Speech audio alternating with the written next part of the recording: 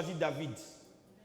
Toutes les fois que Dieu veut accomplir un projet ou un plan sur la terre, pour une personne, pour une famille, pour une église, pour une nation, même pour tout un peuple, il s'est choisi un instrument. Je vais te dire ce matin, Moïse a mené une vie paisible chez Pharaon.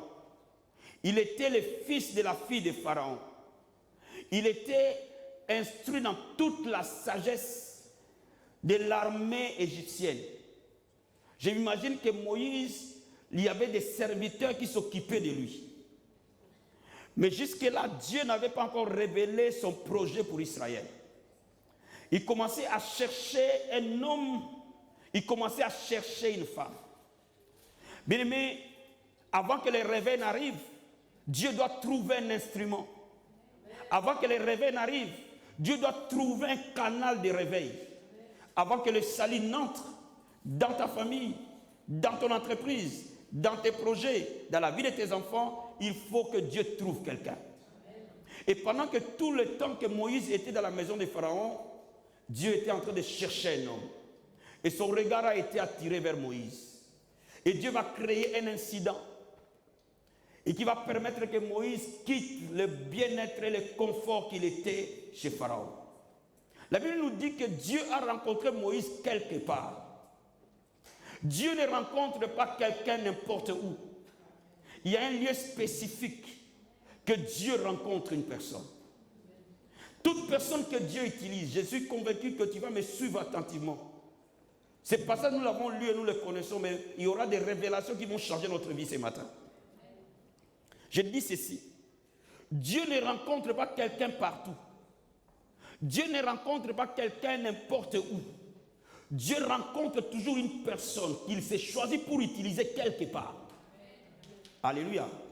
Et cette place où Dieu rencontre la personne que Dieu va utiliser, ça s'appelle le désert. Quand vous regardez dans la Bible, toutes les personnes qui ont été des instruments que Dieu va se servir, il les rencontre dans un endroit qu'on appelle le désert. Mais la Bible nous dit ceci, que Dieu n'a pas rencontré Moïse dans le désert, il l'a rencontré derrière le désert d'Horeb. Si le désert représente la condition que Dieu, pour utiliser un homme, Dieu a multiplié la condition par deux. Parce que Moïse a traversé ce désert-là, il a été au plus profond de ce désert, derrière Horeb. Dis Amen. Le désert, c'est le lieu de la confusion. Le désert, c'est le lieu de questionnement. Le désert, c'est le lieu de mépris, de honte, d'humiliation. Dieu n'a jamais rencontré l'homme dans son côté le plus fort. Avant que Dieu ne te rencontre, il t'amènera dans ton désert. Oh my God, quelqu'un peut donner amen. Je ne sais pas, peut-être que tu es ici. La Bible dit tout concourt au bien de ceux qui aiment Dieu. Cela veut dire que le jour où tu es né de nouveau, le diable n'a plus la même mise sur toi. Le diable n'a plus le contrôle de ta destinée. Le jour où tu as donné ta vie à Jésus-Christ, le diable n'a plus le plein droit de faire ce qu'il veut sur ta vie. Écoute-moi bien ce matin. Écoute-moi très bien. Le jour où tu as donné ta vie à Christ, la Bible déclare que nous avons été transportés du royaume des ténèbres dans le royaume de son Fils bien-aimé. Cela veut dire que si dans ta famille, il y avait les ténèbres, ce jour-là, tu es sorti de ces ténèbres et tu es dans un autre royaume. Mais la Bible déclare aussi que dans ce royaume-là, je suis en Christ quelque part. La Bible dit que je suis en lui, assis en Christ, au-dessus des autorités, des principautés, des dominations. Cela veut dire quoi? Ma place est ta place. Le jour où tu as donné ta vie à Jésus, et de très loin au-dessus du diable. Cela veut dire que le diable n'est pas l'auteur de tes batailles. Donne-moi amen. Aïe. Tu veux me comprendre ce matin? Le diable n'est pas l'auteur de mes batailles. Mais Dieu qui a la même mise sur ma vie et sur ma destinée, lorsqu'il a un plan pour moi, il ne peut pas me laisser dans la maison de Pharaon. Il ne peut pas me laisser en train d'être servi par les serviteurs de Pharaon. Il ne peut pas me laisser dans le confort où je suis né. Il va m'amener dans une école, que c'est lui est le directeur, c'est lui est le formateur. Et cette école-là s'appelle l'école du désert. Oh, qu'on peut donner amen. Qu'on peut donner amen. C'est dans ces lieux du désert où tu es incompris. Quand tu passes dans ce désert, tu es dans la confusion, dans la honte.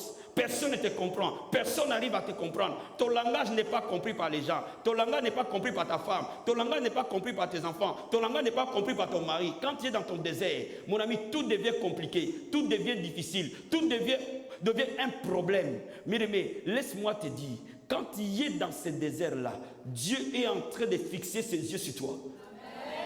Donne-moi amen. Donne-moi amen. Quand tu es dans les déserts, parfois les maladies incurables nous atteignent. Quand tu es dans les déserts, parfois les divorces nous atteignent. Et nous nous disons, Seigneur, j'ai prié pour ces mariages. J'ai tout fait pour que ça marche. Pourquoi ça n'a pas marché? Quand tu es dans les déserts, parfois nous perdons les gens chers. Quand tu es dans les déserts, parfois nous perdons un travail merveilleux. Quand tu es dans les déserts, parfois nous arrivons à ne pas comprendre ce qui nous arrive. Tout tombe, tout s'écroule. Pourquoi? Parce que le désert est la porte de la montagne. La Bible déclare que Moïse, quand il est arrivé dans le désert, Dieu l'a amené dans sa montagne. Cela veut dire quoi? Dieu fait passer l'homme dans le désert pour qu'il crée un lien de dépendance entre l'instrument qu'il va utiliser et lui. C'est dans le désert que Dieu crée un lien de dépendance absolue entre l'instrument qui s'est choisi et lui. C'est à ce moment-là que Dieu apprend à l'homme que ce n'est ni par la puissance ni par la force, mais c'est par son esprit. Quand tu seras dans le désert, ou si tu es dans le désert, Dieu va t'apprendre la plus grande leçon qui dépasse tous les diplômes de théologie. C'est la dépendance de l'homme envers son créateur. À ce moment-là, tu vas commencer à voir tout s'écrouler. Tout ce sur quoi tu veux t'appuyer tombe. Tout ce sur quoi tu peux poser ta main tombe. Tout ce sur quoi tu penses que ça marchera ne marche plus. Cela veut dire que Dieu est en train de changer ton intelligence. Il est en train de te créer un autre état d'esprit. Il est en train de t'amener à ce que tu regardes, que ta vie là, toi son instrument, tu ne dépends que de lui et de lui seul. Donne-moi amen. Donne-moi amen. Les gens servaient Moïse. Ils donnaient les ordres et tous exécutaient. Mais là, c'est lui qui devait être sous le soleil avec les brebis. Des brebis qui courent à gauche et à droite. Il faut courir derrière les brebis, mon ami. Quelle nouvelle vie que Moïse devait apprendre. Mais quand Dieu a commencé à travailler dans la vie de Moïse, et que Dieu a commencé à travailler dans sa vie, le désert lui a ouvert la porte de la montagne. La montagne, c'est toujours le lieu de la prière. La montagne, c'est toujours le lieu de la consécration. Ceux qui prient, ce sont ceux qui sont faibles. La Bible déclare, ma puissance se manifeste dans la faiblesse. Et c'est pour cela qu'on ne peut pas avoir une vraie vie de prière si on n'est pas faible. Donne-moi amen. Donne-moi amen. Bien, mais celui qui va à la montagne, c'est celui qui a compris, qui a réalisé qu'il est faible. Et Dieu va lui permettre d'apprendre qu'il est faible. Oh my God, je vais te dire quelque chose. Quand les moments difficiles arrivent, la Bible dit, réjouis-toi pour les épreuves. Quand les épreuves arrivent, c'est la préparation de ton élévation. Toute épreuve est un tremplin de ton ascension. Toute épreuve est un tremplin de ta progression. Laisse-moi, oh my God, quelqu'un peut comprendre ce matin. L'épreuve, c'est le tremplin de l'élévation de l'homme. Pourquoi? Quand tout s'écroule, Dieu reprend. Donne-moi amen. Donne-moi amen. À ce moment-là, quand tout était écroulé devant Moïse, Dieu a repris la main. L'âme de Moïse avait soif. Soif du Dieu vivant. Soif. Ce qui manque à l'église aujourd'hui, c'est la soif. Ce qui manque aux chrétiens aujourd'hui, c'est la soif. Mon ami, quand vous êtes assoiffé, vous pouvez faire des kilomètres pour aller chercher Dieu. David dit, mon âme soupire auprès d'un courant d'eau. Comme une biche soupire près d'un... Mon âme soupire auprès d'un courant d'eau, comme une biche soupire près d'un courant d'eau. Mais cette soif ne peut venir qu'à un cœur dépendant de Dieu. Quand vous n'avez pas la dépendance à Dieu, vous ne pouvez pas avoir soif de lui. Et Moïse commençait à avoir soif. Et cette soif-là a mené à la montagne de l'Éternel. Je m'imagine que Moïse, dès qu'il laissait les brebis s'asseoir pour brouter, il s'agenouillait. Il commençait à prier le Dieu de ses pères. Parce que son cœur désirait rencontrer Dieu. Je suis convaincu que quelqu'un qui est assoiffé ce matin sera abreuvé. Ma prière pour toi est que quand tu arrives ici ce matin, la soif de Dieu soit régénérée dans ton âme. Bien aimé, la soif de Dieu dépasse toutes les voitures que l'homme peut te donner. La soif de Dieu dépasse tout ce que tu peux recevoir sur la terre. Quand vous commencez à avoir soif du Seigneur, et ce moment-là, de contact entre le ciel et la terre s'opère.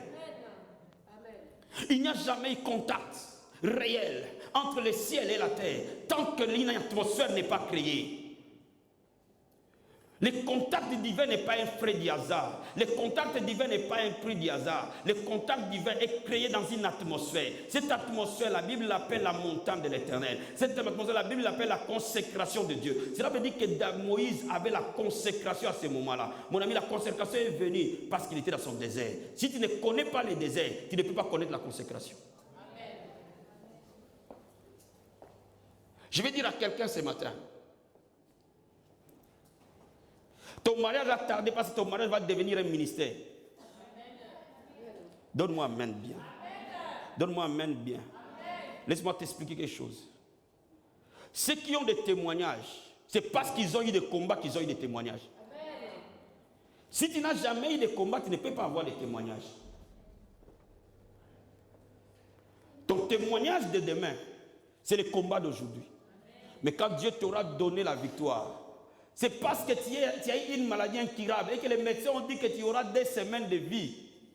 Et Dieu t'est intervenu dans sa situation. Alors toutes les autres personnes malades derrière, tu peux leur dire, j'avais que 2 semaines de vie. Mais Jésus m'a guéri. S'il m'a guéri, il te guérira. On m'a dit que je n'aurai pas d'enfants. Mais Jésus m'a donné des enfants. Donne-moi amen. Donne-moi amen. Tes batailles sont des témoignages de demain. Mais lorsque les témoignages arrivent, il y a eu une atmosphère pour qu'il y ait des témoignages. Vie abondante. Le réveil n'est pas le fruit du hasard. Le réveil n'est pas le fruit qui tombe du ciel naturellement. Le réveil se crée par des cœurs assoiffés de Jésus. Le réveil se crée par des cœurs totalement dépendants du Christ. Les réveils se créent par des hommes et des femmes qui sont prêts à payer le prix de la consécration. Les réveils se créent par des hommes et des femmes qui sont prêts à payer le prix jusqu'à leur sang afin que la gloire de Dieu descende. Oh my God, je vais dire à quelqu'un, Élisée était assoiffé. Il voulait voir la main du Seigneur. Il dit, il prend le manteau. Où est le Dieu d'Élie? Alléluia. Il voulait voir la main de Dieu. Nous ne voulons plus d'église timorée. Nous ne voulons plus d'évangile mort. Nous ne voulons plus de théologie morte. Nous voulons Jésus à l'œuvre. Nous voulons Jésus élever les captifs. Nous voulons Jésus libérer les captifs. Nous voulons Jésus guérir les malades. Nous voulons Jésus ouvrir les nations. Nous voulons Jésus amener l'évangile jusqu'aux extrémités de la terre. Par nous. Alléluia. Alléluia. Alléluia. L'église n'est pas un bateau de plaisance. L'église est un bateau de sauvetage. Les mondes sont en train de mourir. Les hommes sont en train de mourir. Mais l'église est assise. Elle est enfermée sur elle-même. En train de s'applaudir. Non, non, non. Nous devons retrouver la soif que les apôtres avaient. Nous devons retrouver la soif que Paul avait. Nous devons retrouver la soif que Pierre avait. Nous devons retrouver la soif que Étienne avait. Il a accepté de mourir pour l'évangile. Quand l'église arrive là, cette église devient conquérante. Dis-moi amen. Je dis à quelqu'un, vous allez donner des cauchemars au diable. Parce que quand nous nous levons, dit la vie abondante est levée, mon God. Oh my God, qu'est-ce que je vais faire avec cette église? Je suis en train de dire, nous allons donner des cauchemars aux démons d'Aniel. Nous allons donner des cauchemars aux démons d'Île-de-France. Nous allons les dépouiller. Oh my God, je suis en train de te dire, ils seront mis en spectacle. Et Jésus de Nazareth va se lever dans cette nation. Je sais, je crois. Je sais que c'est le timing. Je sais que c'est le tempo. Je sais que c'est le démarrage. Sois béni, ma fille. Alléluia. Oh, je suis venu te donner un message prophétique. Un message révolutionnaire. Je suis en train de parler de ce que Dieu va faire. Je suis en train de parler du plan de Dieu pour cette nation. Je suis en train de parler du rôle de la vie abondante dans l'atmosphère spirituelle où nous sommes. Oh, donne-moi un amen, s'il te plaît. Donne-moi un amen, s'il te plaît. Donne-moi un amen, s'il te plaît. Laisse-moi t'expliquer quelque chose. L'église n'est pas une association, l'église n'est pas une mutualité. Nous ne sommes pas là pour nous regarder chaque dimanche, mais nous sommes là pour faire descendre la gloire de Dieu. Nous ne sommes pas là pour parler de nos vies, nous ne sommes pas là pour parler de nos maisons, nous ne sommes pas là pour parler de nos enfants, nous sommes là pour parler de Christ. Oh Jésus, Reviens sur le trône, Seigneur. Reviens sur le trône de ton église. Rebâtis l'église. Rebâtis ton église, mon Jésus. Rebâtis l'église. Reviens la pierre angulaire de l'église. Reviens le soubassement de ta maison. Oh my God, my Jesus. Robo Sakabaya. Rebo Sakaya Baba. C'est ce que Moïse voulait.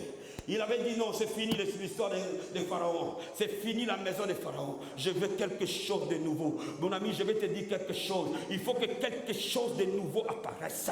Il faut de l'huile fraîche. Oh my God. Il faut du vin nouveau dans de nouvelles huîtres.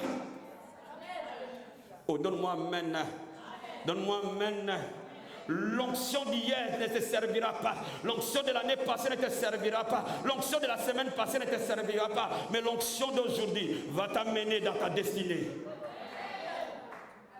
Quelqu'un va traverser 2020 avec la flamme de Dieu. Oh my God, je vois des hommes et des femmes qui seront embrasés comme des buissons ardents. Mais j'ai remarqué une chose. Tout ce que Dieu utilise l'enflamme. Dieu n'utilise jamais ce qui n'est pas enflammé. Je dis, Dieu n'utilise pas ce qui n'est pas enflammé. Dieu utilise ce qui est embrasé. Et c'est pour cela que Moïse, quand il s'est retrouvé dans cette atmosphère de dépendance en Dieu, de soumission totale en Dieu, quelque chose s'est passé. Il a rencontré les buissons ardents. Je m'imagine que dans cette montagne, Moïse passait là tout le temps, il voyait ces buissons.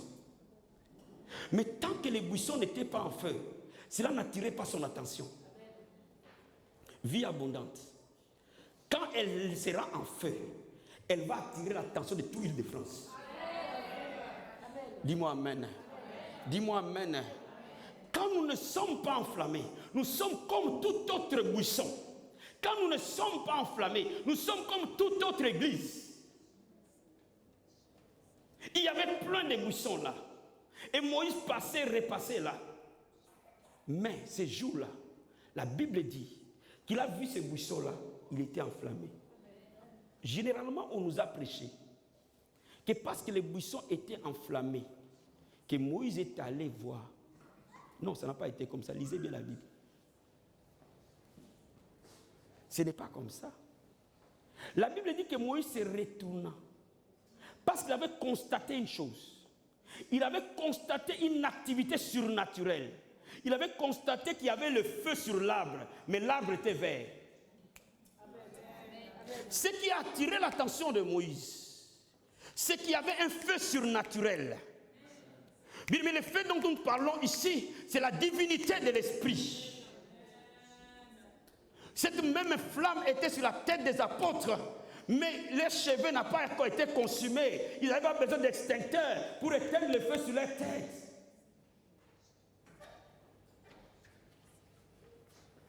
Moïse, dans cette montagne, a une rencontre surnaturelle. J'ai dit à quelqu'un, quand ton atmosphère va changer, quand nous allons commencer à avoir soif, et que nous allons commencer à nous dépouiller, nous allons commencer à dire non, je vais poser ce péché, je vais poser cette incrédulité, je vais poser cette haine, je vais poser cette médisance, mais je vais voir Jésus. J'ai envie de rencontrer Jésus. J'ai envie de rencontrer Jésus. Quand nous venons dans l'église et nous disons, Seigneur, c'est une opportunité que tu me donnes pour te rencontrer ce matin. Quand nous sommes dans cette atmosphère, nous allons rencontrer notre buisson.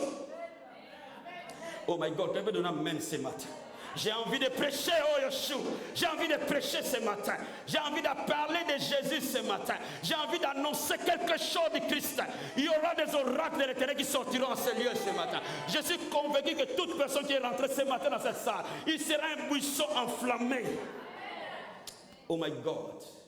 Ce jour-là, Moïse regarde. Il voit les buissons. Mais il trouve le buisson est vert. Mais en plein milieu, il y a le feu.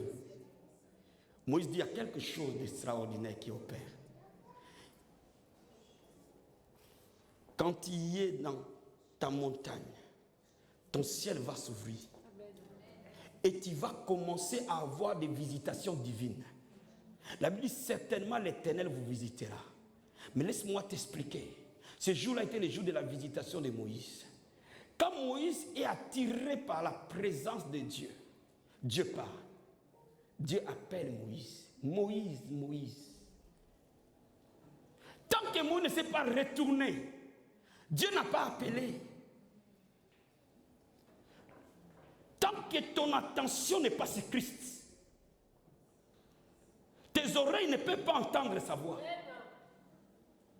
Comme il a été élevé comme un serpent d'airain, tout celui qui a le regard sur Jésus, ce matin il entendra sa voix.